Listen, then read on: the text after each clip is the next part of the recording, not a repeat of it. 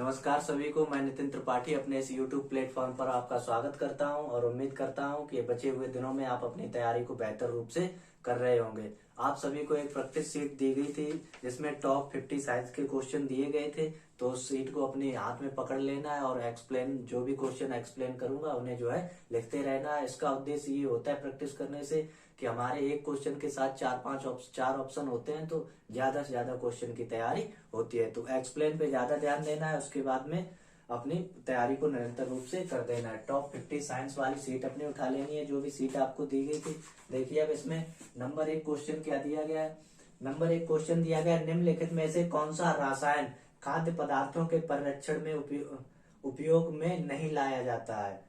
कौन सा खाद्य पदार्थ जो रसायन होता है वो भोजन जो होता है, खाद्य पदार्थ भोजन के परिरक्षण में उपयोग में नहीं लाया जाता है। तो सबसे पहले देखिए इसमें इसका ऑप्शन जो होगा वो कौन सा सही हो जाएगा, सी नंबर वाला। कौन सा सही हो जाएगा, सी नंबर वाला। सी नंबर वाले में क्या लिखा हुआ है, देखिए इथाइल मर कैप्टन, यही लिखा हुआ है इथाइल मर कैप्टन। तो इसका सबसे पहले इसकी डिटेल हमें जान लेनी है। इथाइल मर कैप्टन का उपयोग कहाँ किया जाता है, तो इसका उपयोग किया जाता है घरेलू गैस में। घरेलू गैस कौन सी होती है, एलपीजी। कौन सी होती है, एलपीजी, जिसका पूरा नाम क्या होता है, लिक्यूफाइड पेट्रोलियम गैस। क्या नाम पूरा होता है, लिक्यूफाइड पेट्रोलियम गैस। हिंदी में क्या कहते हैं, हिंदी में भी जान लिए, द्रवित पेट्रोलियम गैस। क्या कहते हैं, द्रवित पेट्रोलियम गैस। अब इसका अगर पूछा जाता है कि मुख्य घटक कौन से होते हैं, तो इसके मुख्य घटक कौन से होते हैं, प्रोपेन तथा ब्यूटेन।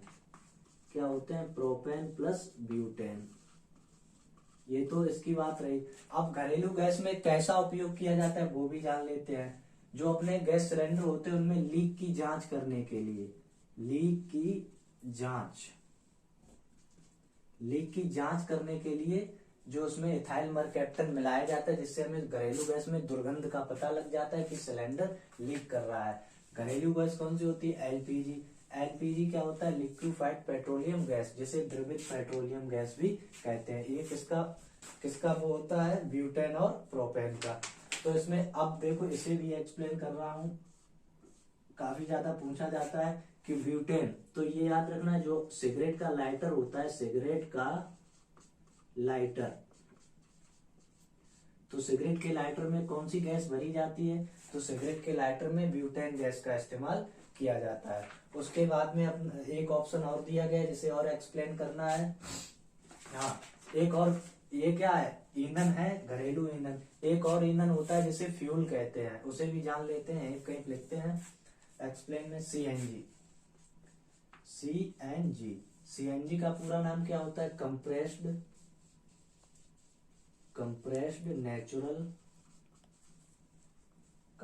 Natural gas. हिंदी में से क्या कहते हैं, संपीड़ित प्राकृतिक गैस। इसे क्या कहते हैं, संपीड़ित प्राकृतिक गैस। इसका जो है घटक कौन से होते हैं, तो ये मेथेन और एथेन। ये इसका पूरा था, इसे डिटेल को लिख लेना। एक इसमें और करना है, जो बी नंबर पे दिया गया है, बी नंबर पे अपना दिया गया है, देखिए यहाँ पे लिखे दे रहे, बी नंबर पे लिखा हुआ है बेंजोइक अम्ल। इसे भी जान लेना है, बेंजोइक, अरे या फिर अभी इसी इसका ये जो डिटेल है इसे आप लिख ले। इसके बाद में इसे मैं अरेंज कर रहा हूँ, या जो है इसका स्क्रीनशॉट ले ले।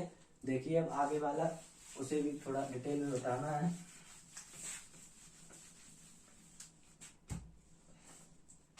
अब देखिए सी नंबर पे बी नंबर वाला लिखा हुआ है बेंजोइक अम्ल। तो बेंजोइक अम्ल का देखिए, बेंजोइक अम्ल किसमें होता है, दूब घास में। किसमें होता है, दूब घास में। उसके बाद दूसरा पूछा जाता है कि टमाटर में कौन सा होता है, एक एक को लिख लेते हैं। टमाटर में कौन सा होता है, टमाटर में होता है लैक्टिक अम्ल, या ऑक्जेलिक होता है।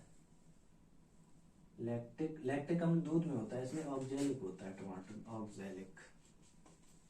ऑक्जेलिक। फिर क्या लिखना है, फिर पूछा जाता है, एक पूछा जाता है चींटी के डंक, चींटी के डंक या बिच्छू। तो इसमें कौन सा होता है, इसमें होता है फार्मिक अम्ल, फार्मिक अम्ल। और ये दूब घास में भी होता है और चने की पत्तियों में भी होता है, याद रखना। फार्मिक अम्ल को ही क्या कहते हैं, मेथेनोइक अम्ल, मेथेनोइक अम्ल।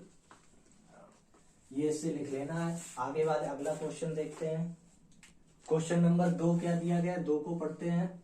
2 दिया गया, निम्नलिखित में से कौन सा रसायन कपड़ों को कीड़ों से बचाने के लिए गोली के रूप में उपयोग किया जाता है। जैसे हम लोग नहीं घर में कपड़े बचाने के लिए एक गोली टाइप की रखते हैं, तो उस गोली में जो है किस रसायन का उपयोग किया जाता है। तो इसका जो सबसे ऑप्शन जो इसका सही है वो कौन सा, ए नंबर वाला, ए नंबर वाला ऑप्शन सही है। बी नंबर पे देखिए क्या लिखा हुआ है, बी नंबर पे लिखा हुआ है पायरेथ्रिन, पायरेथ्रिन। तो पायरेथ्रिन का उपयोग कहाँ किया जाता है, जो कॉइल होती है मच्छर भगाने वाली कॉइल, मच्छर भगाने वाली कॉइल के रूप, कॉइल में किया जाता है, भगाने की कॉइल, मच्छर भगाने की कॉइल। उसके बाद देखिए क्या लिखा हुआ है, लिखा हुआ है एलिथ्रिन, सी नंबर पे एलिथ्रिन। एलिथ्रिन भी कहाँ किया जाता है, मच्छर भगाने वाली कॉइल में, इन दोनों का। अब देखिए लिखा हुआ है क्लोरोपिक्रिन, डी नंबर, काफी ज्यादा पूछा जाता है ये क्लोरोपिक्रिन, पिक्रिन, इसे इंपॉर्टेंट लिख लीजिए। ये पूछा जाता है कि ये क्या होता है, ये प्रमुख आंसू गैस होती है, प्रमुख आंसू गैस। ठीक है, याद रखना है। ऑप्शन बी 2 का क्वेश्चन ऑप्शन सही है। पायरेथ्रिन और एलिथ्रिन का उपयोग जो मच्छर मोर्टिन कॉइल होती है मच्छर भगाने वाली, उसमें उपयोग करते हैं। और क्लोरोपिक्रिन क्या है, प्रमुख आंसू गैस। अब क्वेश्चन नंबर 3 को देखते हैं क्या दिया गया है। क्वेश्चन नंबर 3 दिया गया है, निम्नलिखित में से कौन कोल गैस का संगठन नहीं होता है। नंबर 3, तो सबसे पहले इसमें पूछा गया कोल गैस, क्या पूछा गया, कोल गैस संगठन नहीं होता है। सबसे पहले याद रखना कोल गैस क्या है, मानव निर्मित ईंधन, मानव निर्मित ईंधन है ये। नंबर 3 वाला है ये क्वेश्चन, मानव निर्मित ईंधन है, कोल गैस का संगठन नहीं होता है।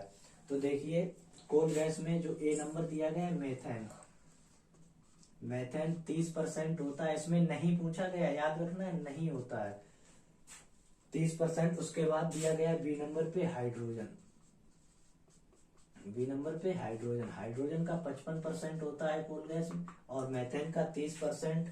उसके बाद में जो इसका ऑप्शन सी है ये वाला सही है। कौन सा नहीं होता है, सी वाला, सी वाला कौन सा है, कार्बन डाइऑक्साइड, CO2। CO2 क्या है,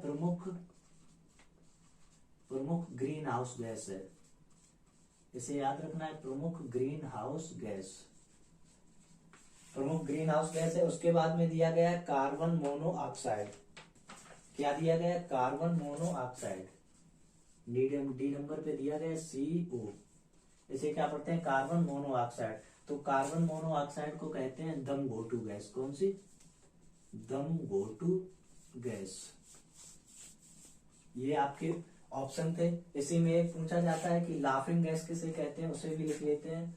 यहाँ पे लिखे दे रहे लाफिंग, हंसाने वाली गैस, लाफिंग गैस। तो लाफिंग गैस होती है NO2, नाइट्रस ऑक्साइड, नहीं N2O, नाइट्रस ऑक्साइड, हंसाने वाली गैस। उसके बाद CO2 दम घोटू गैस, CO2, CO कार्बन मोनोऑक्साइड, इसको लिख दे रहा हूं कार्बन मोनोऑक्साइड,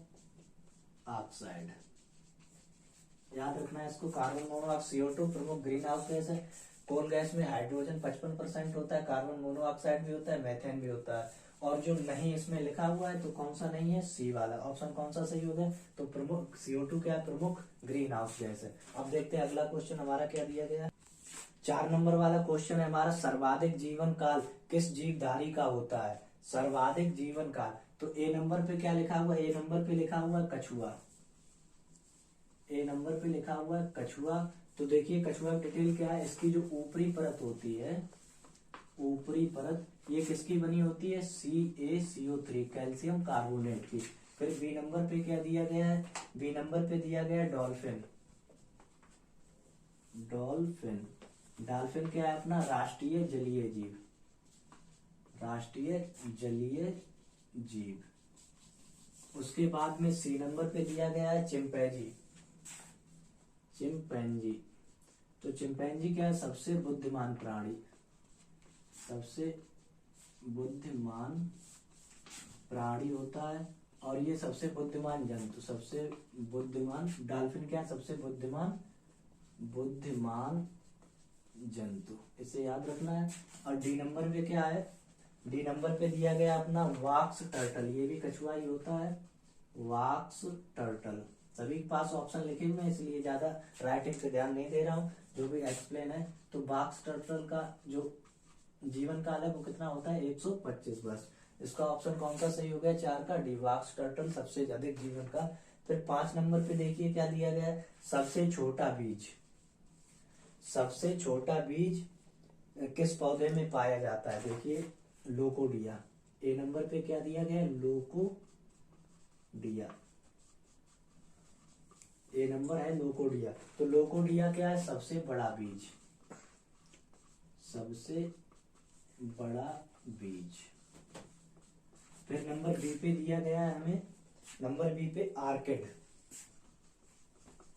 आर्किड, तो आर्किड ही इसका सही ऑप्शन है, सबसे छोटा बीज इसी का होता है। फिर देखिए बुल्फिया दिया गया, बुल्फिया सी नंबर पे, एक बार फिर चेक करें। बी नंबर, हाँ बुल्फिया। तो बुल्फिया क्या है? इसकी डिटेल लिख लेनी है, सबसे छोटा पुष्प, सबसे छोटा पुष्प। तो सबसे छोटा पुष्प कौन सा होता है? बुल्फिया का। फिर डी नंबर पे दिया गया है यूकेलिप्टस।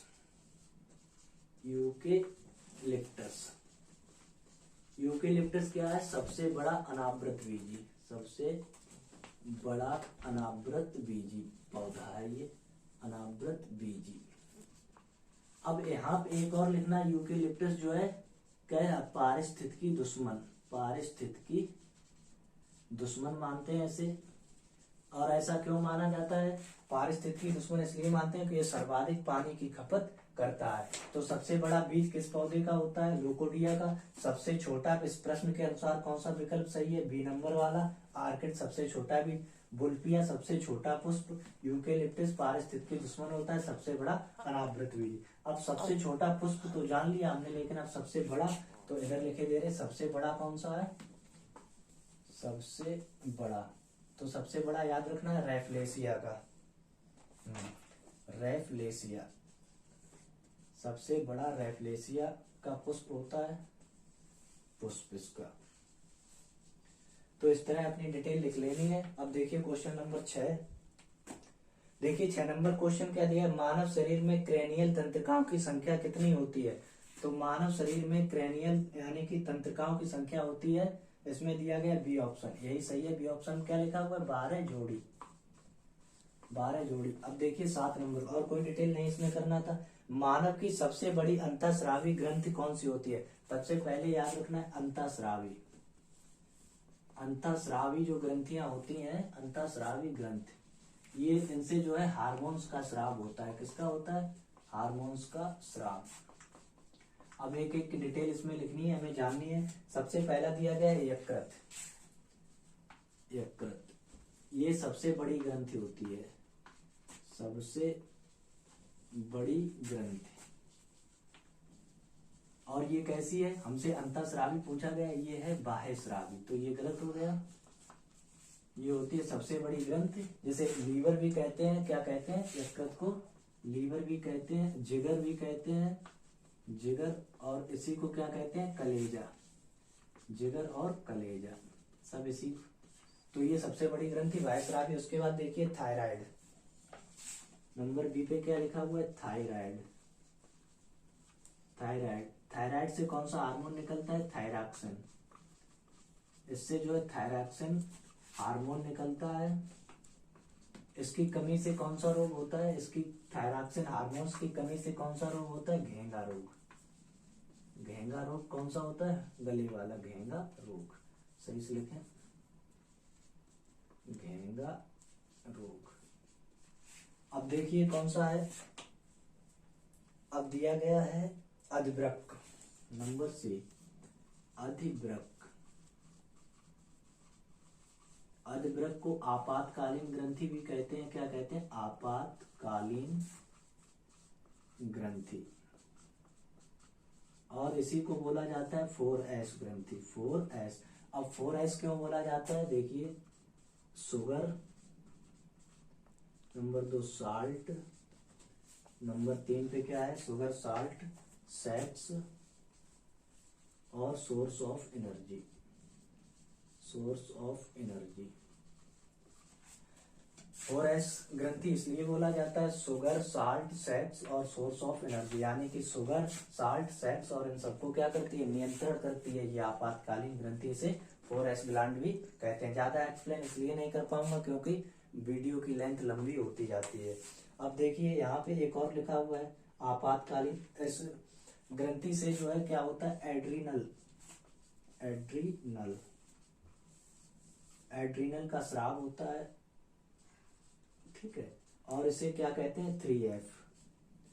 इसे क्या कहते हैं? 3F। 3F का मतलब फियर, फियर, नंबर 2 फाइट और नंबर 4 फियर, फाइट और फ्लाइट। FLIGHT। फियर डर, लड़ाई और फ्लाइट उड़ने। उड़ने के समय एड्रीनल जो अधवृक्क ग्रंथि काम करती है, एड्रीनल का स्राव होता है, इसलिए इसे 3F, 3 factor, fear, fight, flight. और इसे sugar, salt, sex, source of energy. अब देखिए, एड्रीनल हार्मोन का स्राव होता है अधवृक्क से।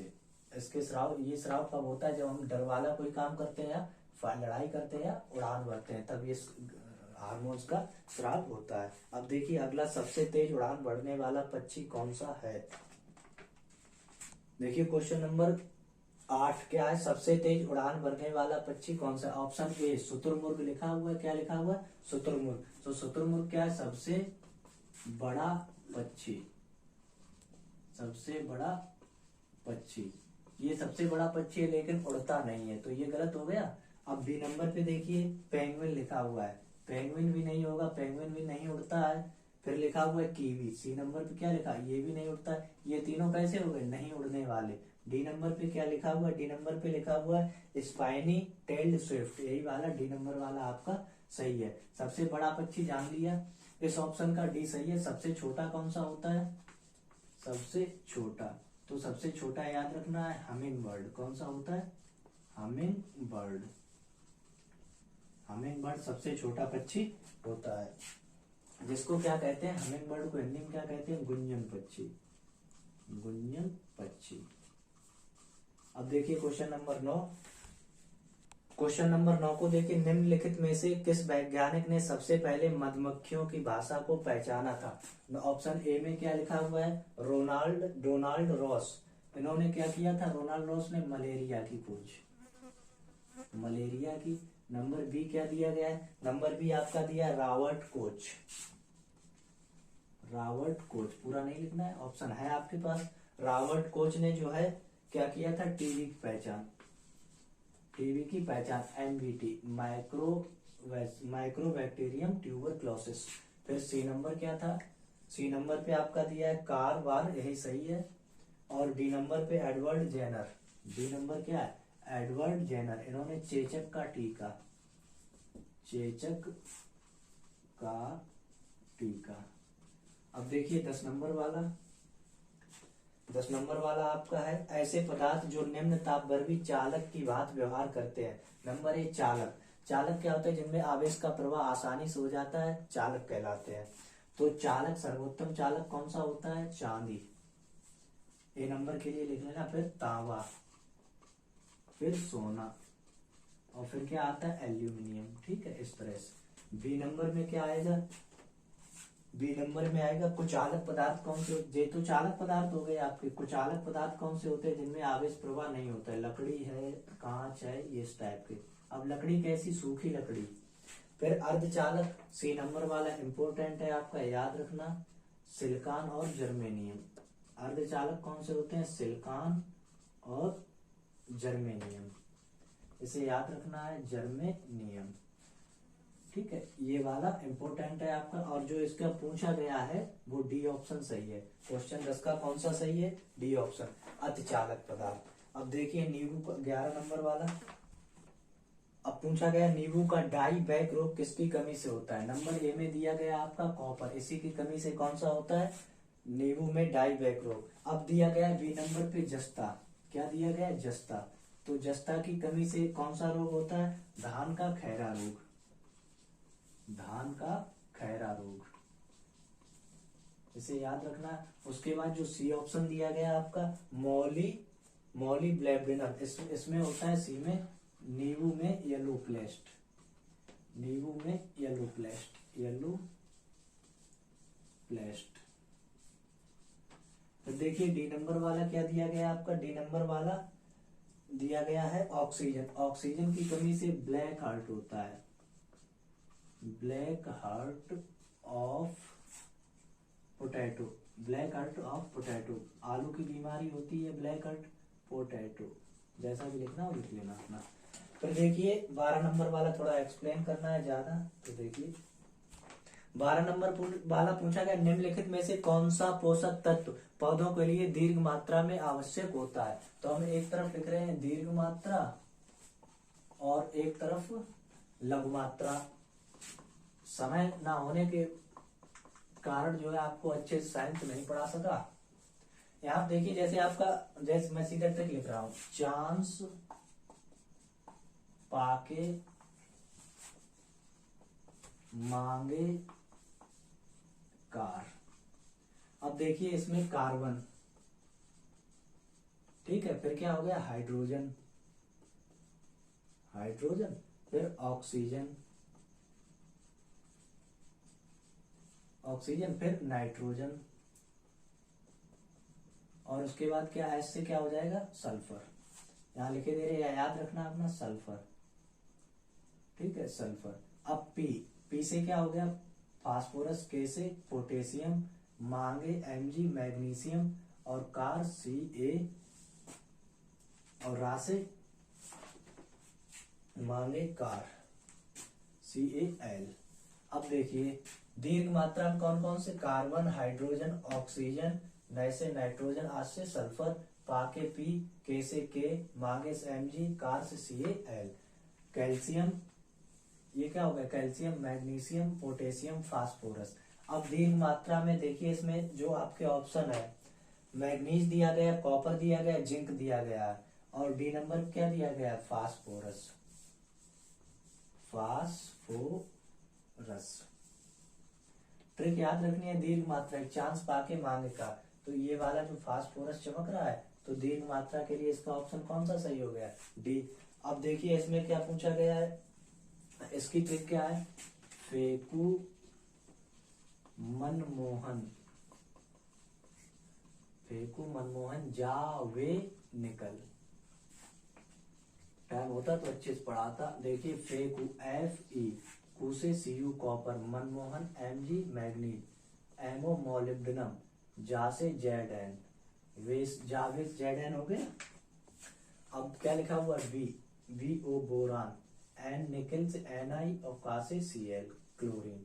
अब देखिए iron, copper, manganese, molybdenum, zinc, boron, nitrogen और कैल्शियम, ये लघु मात्रा में पौधों में पाए जाने वाले पोषक तत्व हैं। ये दीर्घ मात्रा में carbon, hydrogen, oxygen, nitrogen, sulphur, phosphorus, potassium, magnesium, calcium, ये जो है अपना स्क्रीनशॉट ले ले या जो है हमें लिख ले। अब देखिए अगले क्वेश्चन की तरफ बढ़ते हैं। 13 नंबर वाला क्वेश्चन है, निम्नलिखित में से किस रंग में प्रकाश में पौधे सबसे कम मात्रा में प्रकाश संश्लेषण करते हैं। तो याद रखना है पौधे जो है सबसे कम मात्रा में हरे रंग में, हरा रंग ही हमारी आंखों में परिवर्तित कर देते हैं, जिससे हमें जो है पौधों का रंग कैसा दिखाई पड़ता है, हरा रंग दिखाई पड़ता है। तो हरे रंग में जो है प्रकाश का प्रकाश संश्लेषण कम होता है। अब यहीं पे जो है हम एक चीज और सीखे ले रहे हैं कि ये विबग्योर, इसी में हम सिखा दे रहे हैं विबग्योर, विबग्योर, विब से वायलट, फिर इंडिगो, और बी से ब्लू, जी से ग्रीन, वाई से येलो, ये तो सभी को आता है, ऑरेंज और रेड, बैगनी, बैगनी। इसका प्रकीर्णन कैसा होता है, प्रकीर्णन सबसे अधिक, यहाँ से क्वेश्चन बन जाता है सबसे अधिक, और लाल का प्रकीर्णन सबसे कम, लाल का प्रकीर्णन जो है सबसे कम। इससे अगर ना पूछा गया तो कैसे पूछा जाता है, जैसे एक फार्मूला याद रखना है, प्रकीर्णन अनुक्रमानुपाती 1/तरंग दैर्घ्य, ऐसी से हमने सभी समझाया, आपको समझ में जल्दी आ जाएगा। अब देखिए इससे क्या, अगर प्रकीर्णन अधिक है तो तरंग दैर्घ्य कैसी होगी, कम होगी, और प्रकीर्णन कम है तो तरंग दैर्घ्य कैसी होगी, सर्वाधिक। तो इसमें याद रखना है, देखिए बैगनी रंग का प्रकीर्णन कैसा है, सबसे अधिक। जब बैगनी रंग का प्रकीर्णन सबसे अधिक है तो इसकी तरंग दैर्घ्य कैसी होगी, तरंग दैर्घ्य कम होगी, और इसका प्रकीर्णन सबसे कम है तो तरंग दैर्घ्य कैसी होगी, सबसे अधिक, तरंग दैर्घ्य सबसे अधिक। इस फार्मूले से याद रखना है, प्रकीर्णन कम तरंग दैर्घ्य अधिक, प्रकीर्णन अधिक तरंग दैर्घ्य कम। यही कारण है कि इसका प्रकीर्णन सबसे कम होता है, तरंग दैर्घ्य सर्वाधिक होती है। इसीलिए खतरे के सिग्नल में कौन सा रंग यूज करते हैं, लाल रंग का यूज किया जाता है, क्योंकि ये फैलता बहुत कम है। अब देखिए अगला क्वेश्चन हमारा, देखिए इसमें 15 नंबर वाला क्वेश्चन जो पूछा गया, निम्नलिखित में से कौन सा हार्मोन पौधों के वृद्धि रोधक हार्मोन है। तो इसमें ऑप्शन सी सही होगा। कौन सा सही होगा, सी, एथिलीन। एथिलीन का क्या होता है, पौधों को पकाने का काम करता है, पौधों को नहीं, फलों को पकाने का काम क्या कौन सा करता है, एथिलीन करता है। उसके बाद देखिए ऑक्सिन, ये ऑक्सिन जो है प्रथम पौधों में खोजा गया हार्मोन, प्रथम पौधों में खोजा गया हार्मोन। उसके बाद जिब्रेलिन, जिब्रेलिन का क्या विशेषता है, जिब्रेलिन की विशेषता है, जिब्रेलिन होता है पौधों की पत्तियों को हरा भरा रखता है, ये पौधों की पत्तियों को हरा भरा। फिर क्या है, साइटोकाइनिन, साइटोकाइनिन को क्या कहते हैं, देखिए इसमें सबसे ये होता है पौधों को लंबा करने वाला हार्मोन, पौधों को लंबा करने वाला। ठीक है, एक एक की डिटेल जान ली। ऑक्सिन प्रथम पौधों में खोजा गया हार्मोन, जिब्रेलिन पौधों को पत्तियों को हरा भरा, एथिलीन फलों को पकाने वाला, साइटोकाइनिन पौधों को लंबा करने वाला। अब हमने देखा था कि जो हमारे हर्षित भैया थे वो ऊतक मंडल भी घूम आए, ठीक, नई कोशिका का निर्माण भी किया। अब क्या होता है कि जो इनकी मैम साहब हैं, इनकी वाइफ हर्षित की, तो वो बोलती है ऐसी की टेक है कि अनेक कुछ काम होता है आटा फाटा मंगाने का, तो वो बोलते हैं हर्षित से ए जी। उस अपनी प्रारंभिक परंपरा क्या थी कि जो भी बड़ा है या शौहर है आपका तो उसे क्या बोला जाता है, ए जी। तो वो बोलते हैं कि ए जी आटा साफ है, क्या बोला, ए जी आटा। क्लास में होता तो और ज्यादा रोमांटिक होता, मतलब अच्छा लगता। अब क्लास में नहीं हो तो ऐसे ही बता रहा हूँ, ए जी आटा साफ है। यहाँ तो हम अकेले हैं, ए जी आटा साफ है। तो ये पौधों वाले हार्मोन, ए से क्या हो जाएगा, ए से जो है तुम्हारा, इसमें हमने लिखा था एथिलीन, जो पहला लिखा हुआ एथिलीन। फिर जी से क्या हो जाएगा, जिब्रेलिन, जिब्रेलिन। और आ से ऑक्सिन, ऑक्सिन। ठीक है, उसके बाद ट्राउमेटिन, ट्राउमेटिन। फिर क्या है, साइटोकाइनिन, सही से लिखे, साइटोकाइनिन। फिर फा से फ्लोरोजेन, फ्लोरोजेन। अब इनकी विशेषताएं क्या है, देखिए एथिलीन की विशेषता क्या थी, इसमें अलग अलग, और एक वृद्धि रोधक ये भी होता है, कौन सा, फ्लोरोजेन। ये अगर नहीं है तो फिर इसे छोड़ दिया, वृद्धि रोधक। फिर उसके बाद में साइटोकाइनिन को कहते हैं पौधों का डॉक्टर। ट्राउमेटिन, जो भी पत्तियां कटी फिटी होती हैं उनको ठीक करने का काम किसका होता है, ट्राउमेटिन। तो इसे क्या कहा जाता है, पौधों का डॉक्टर। ये सभी पौधों से प्राप्त हार्मोन्स हैं। और उसके बाद में क्या लिखा हुआ है, ये जिब्रेलिन को हमने बता ही दिया था उसमें। उसके बाद में एथिलीन जो था फल पकाने में सहायक, जिब्रेलिन क्या बोला जाता है, पौधों की पत्तियों का हरा भरा। और प्रथम हार्मोन ऑक्सिन, ये डिटेल थी इसकी। और जो भी पौधे का हार्मोन है वो स्ट्रिक से याद रखना है। अब देखिए आगे 16 क्वेश्चन। 16 नंबर वाला पूछा गया निम्नलिखित में से मादा मच्छर से फैलने वाला रोग नहीं है। नहीं शब्द आया, क्वेश्चन जो है घुमा के पूछा जाता है। मादा मच्छर से जो कौन सा रोग नहीं फैलता, देखिए डेंगू। डेंगू किससे फैलता है? डेंगू फैलता है मादा एडिज एजिप्टी से। एजिप्टी याद रखना है इसे, ये भी मादा से फैलता है। ए नंबर वाला। बी नंबर वाला दिया गया मलेरिया। मलेरिया भी किससे फैलता है? मादा एनाफिलीज। एनाफिलीज। फिर सी नंबर पे दिया गया आपका फाइलेरिया। फाइलेरिया, तो फाइलेरिया भी किससे फैलता है? फाइलेरिया फैलता है मादा क्यूलेसिस। क्यूलेसिस। उसके बाद में जो डी दिया गया, डी वाला आपका दिया गया डमडम बुखार। डम बुखार, तो ये डमडम बुखार को याद रखना काला अजार भी कहते हैं। अगर डमडम नहीं लिखा है तो काला अजार लिख के आएगा। क्या लिख के आएगा? काला अजार। ये फैलता है, ये जो है एक मक्खी के द्वारा। किससे फैलता है? मक्खी। मक्खी के द्वारा। और इस मक्खी का नाम क्या होता है? इस मक्खी का नाम है बालू मक्खी। क्या नाम होता है? बालू मक्खी। तो इसमें मादा मच्छर वाला तो कौन सा इसमें सही हो गया? डमडम बुखार। और ये सभी कैसे रोग हैं? मलेरिया जैसे ये प्रोटोजुआ जनित रोग हैं। कैसे? प्रोटोजुआ। अब प्रोटोजुआ से ये फैलते हैं। ठीक, मलेरिया हो गया। दूसरा कौन सा? पेचिस। पेचिस भी किससे फैलता है? पेचिस हो गया। ठीक, उसके बाद पायरिया, दांतों में जो पायरिया होता है, इस तरह के रोग जो है प्रोटोजुआ जनित रोग बोले जाते हैं। अब देखिए क्वेश्चन नंबर 16। 17 नंबर वाला क्वेश्चन पूछा है निम्नलिखित में से किस वृक्ष की लकड़ी से हॉकी स्टिक, टेनिस और बैडमिंटन के रैकेट तथा क्रिकेट स्टंप बनते हैं? तो इसमें ए ऑप्शन दिया गया है अखरोट। क्या दिया गया? अखरोट। तो अखरोट से जो है बंदूक की बट बनाई जाती है। क्या बनती है? बंदूक बट। नंबर बी ऑप्शन दिया गया आपका बिलो। बिलो की लकड़ी से क्या बनता है? Cricket bat. Cricket bat. फिर देखिए सी नंबर पे सैतूत। तो सी नंबर वाला आपका इसका ऑप्शन सही है। सागौन से क्या बनता है? देखिए सी नंबर वाला सही हो गया। सागौन की जो लकड़ी होती है सबसे मजबूत लकड़ी मानी जाती है। तो इससे जो है महंगे फर्नीचर बनते हैं। क्या बनते हैं? महंगे फर्नीचर, जैसे बेड वगैरह, ये सोफा सेट होते हैं वो। ठीक है, अखरोट से बंदूक बट, विलो से क्रिकेट बैट। ऑप्शन सी सही है, सागौन महंगे फर्नीचर। अगला देखिए 18 नंबर वाला। देखिए क्वेश्चन नंबर 18 पढ़िए निम्नलिखित में से सबसे छोटा जंतु किसे कहा जाता है? सबसे पहला दिया गया आपका यूग्लिना।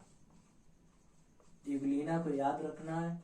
ये जो है यूग्लिना आपका जो है प्लांट और प्लस एनिमल के बीच की कड़ी है। प्लांट और एनिमल के बीच की कड़ी। ये क्या है? प्लांट और एनिमल के बीच की कड़ी। एकमात्र जीव जो प्रकाश संश्लेषण करता है। क्या करता है? प्रकाश संश्लेषण करता है। ठीक है, ये जान लिया। अगर पूछा जाता है प्लांट और एनिमल के बीच की कड़ी क्या है, तो यूग्लिना। उसके बाद बी ऑप्शन में अमीबा। बी ऑप्शन क्या है? अमीबा। ऑप्शन प्रश्न के अनुसार ये वाला आपका सही है। नंबर सी दिया गया माइकोप्लाज्मा। माइकोप्लाज्मा। माइकोप्लाज्मा क्या आपने बताया था? सबसे छोटी कोशिका। सबसे छोटी कोशिका। फिर डी नंबर पे क्या दिया गया? डी नंबर पे दिया गया हाइड्रा। हाइड्रा क्या होता है? बिना ब्लड के। बिना ब्लड के, ये क्या है? बिना ब्लड के कार्य करने वाली कोशिका। जो सबसे पहली कोशिका खोजी गई थी वो कौन सी थी? हाइड्रा ही थी। कहाँ होती है? पानी के अंदर। ठीक, अब देखिए क्वेश्चन नंबर 19 आपका। देखिए क्वेश्चन नंबर 19 आपकी सीट में दिया गया निम्नलिखित में से कौन सा हार्मोन स्टेरॉइड की श्रेणी में शामिल नहीं किया जाता है? तो पहला आपका दिया गया है प्रोजेस्टेरॉन। ए नंबर पे क्या है? प्रोजेस्टेरॉन। तो प्रोजेस्टेरॉन का काम क्या होता है? ये होता है गर्भधारण हार्मोन। महिलाएं जो गर्भ धारण करती हैं तो उस समय कौन सा हार्मोन स्राव होता है? प्रोजेस्टेरॉन। गर्भधारण हार्मोन कहते हैं इसे। फिर बी नंबर पे दिया गया आपका टेस्टोस्टेरॉन। टेस्टोस्टेरॉन इसका क्या होता है? पुरुष विकास हार्मोन। पुरुषों का जो विकास होता है वो किस हार्मोन से होता है? टेस्टोस्टेरॉन, पुरुष विकास हार्मोन कहते हैं इसे। फिर आपका सी नंबर पे दिया गया है एस्ट्रोजन। कौन सा दिया गया? एस्ट्रोजन। ये स्त्री विकास हार्मोन बोला जाता है, स्त्री विकास हार्मोन कहते हैं इसे। और डी नंबर पे जो आपका दिया गया है ऑक्सीटोसिन।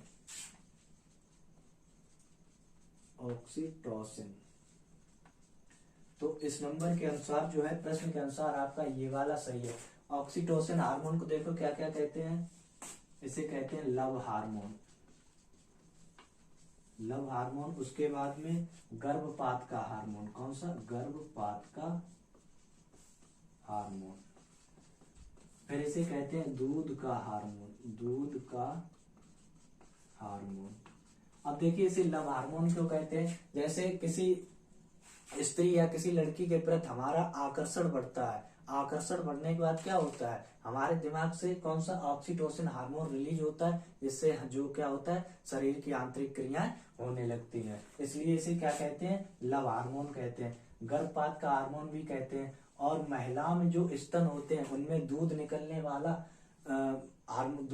वाला हार्मोन कौन सा होता है? तो ऑक्सीटोसिन। महिलाओं के स्तनों से जो दूध निकलता है उसमें दूध का हार्मोन इसलिए कहते हैं ऑक्सीटोसिन ये रिलीज करता है। जब ये हार्मोन्स का स्राव होता है तभी यहाँ जो है महिलाओं के स्तनों में दुग्ध बनता है, वो बाहर निकलता है। लव हार्मोन, गर्भपात का हार्मोन, एक एक को अपनी डिटेल लिख लेना है। अब देखिए क्वेश्चन नंबर 20। देखिए 20 नंबर वाला क्वेश्चन पढ़िए। 20 नंबर वाला है, जीभ और ओठ का फटना अर्थात क्लोसिस किस विटामिन की कमी से होने वाला रोग है? नंबर 1 पे दिया गया राइबोफ्लाविन। राइबोफ्लाविन, तो इसे क्या कहते हैं? विटामिन B2 का नाम राइबोफ्लाविन। फिर बी नंबर पे दिया गया है थायमीन। क्या दिया गया? थायमीन की कमी से कौन सा रोग होता है? बेरी। थायमीन किसका नाम होता है? विटामिन बी का। सी नंबर पे क्या दिया गया है? सी नंबर पे दिया है साइनोकोबालमिन। तो सी नंबर साइनोकोबालमिन विटामिन B12 का नाम होता है। इसकी कमी से कौन सा रोग होता है? एनीमिया। एनीमिया रोग होता है, इसे क्या कहते हैं? रक्त ताल्पता। ठीक है। विटामिन B12 का नाम होता है, इसमें कोबाल्ट पाया जाता है, इसे भी लिख लो। ऐसे ना पूछा गया तो ऐसे कोबाल्ट पाया जाता है। ठीक है। विटामिन को याद रखना है, विटामिन से एक क्वेश्चन परीक्षा में बनता है आपकी। फिर डी नंबर पे क्या दिया? बायोटिन। डी नंबर पे आपका है बायोटिन लिखे। बायोटिन विटामिन B7 का नाम है। अब थोड़ा लीक से हट रहे हैं इस प्रश्न से। B6 का नाम क्या होता है? पायराडॉक्सिन। अब एक एक को हम सभी को जान लेते हैं। आज की क्लास में 20 क्वेश्चन ये एक्सप्लेन करूंगा क्योंकि वीडियो की लेंथ लंबी हो रही है। फिर इसे बचे हुए क्वेश्चन कल करवा देंगे। जैसे अब सभी विटामिन को एक एक करके देख लेते हैं। एक ट्रिक याद रखनी है, रथ एक टाफी। ठीक है। रथ रेटिनाल। ठीक। था से थाइमीन। इससे क्या हो? एस्कार्बिक अम्ल। फिर का से कैल्सीफेरॉल।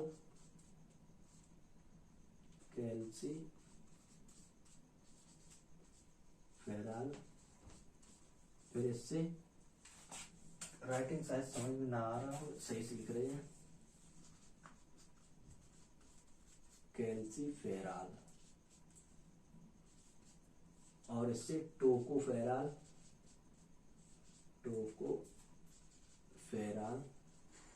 और इससे फिनोक्यूनोन। ये इनके, अब देखो फिनोक्यूनोन vitamin A, B, C, D, E और K। अब देखिए A का नाम क्या है? रेटिनाल। B का नाम थायमीन। C का नाम एस्कार्बिक अम्ल। इससे कैल्सीफेरॉल और ई का टोकोफेरॉल और एक इसका के का फेनोक्विनोन। और देखिए जल में जो घुलनशील हैं, जल में कौन से होते हैं, बी सी, और जो वसा में होते हैं वो, इनके बाद कौन से बचे, ए डी ई के। इसे याद रखना है, जल में और वसा में घुलनशील।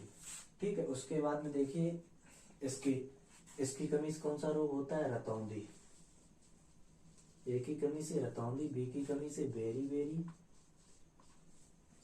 बेरी, और एस्कार्बिक अम्ल क्या होता है, ये दांतों का होता है। इससे जो है एस्कार्बिक वो एस्कार्बिक क्या बोलते हैं इसे, पायरिया लिख लेते हैं, पायरिया, दांतों में जो रक्त खून निकलता है।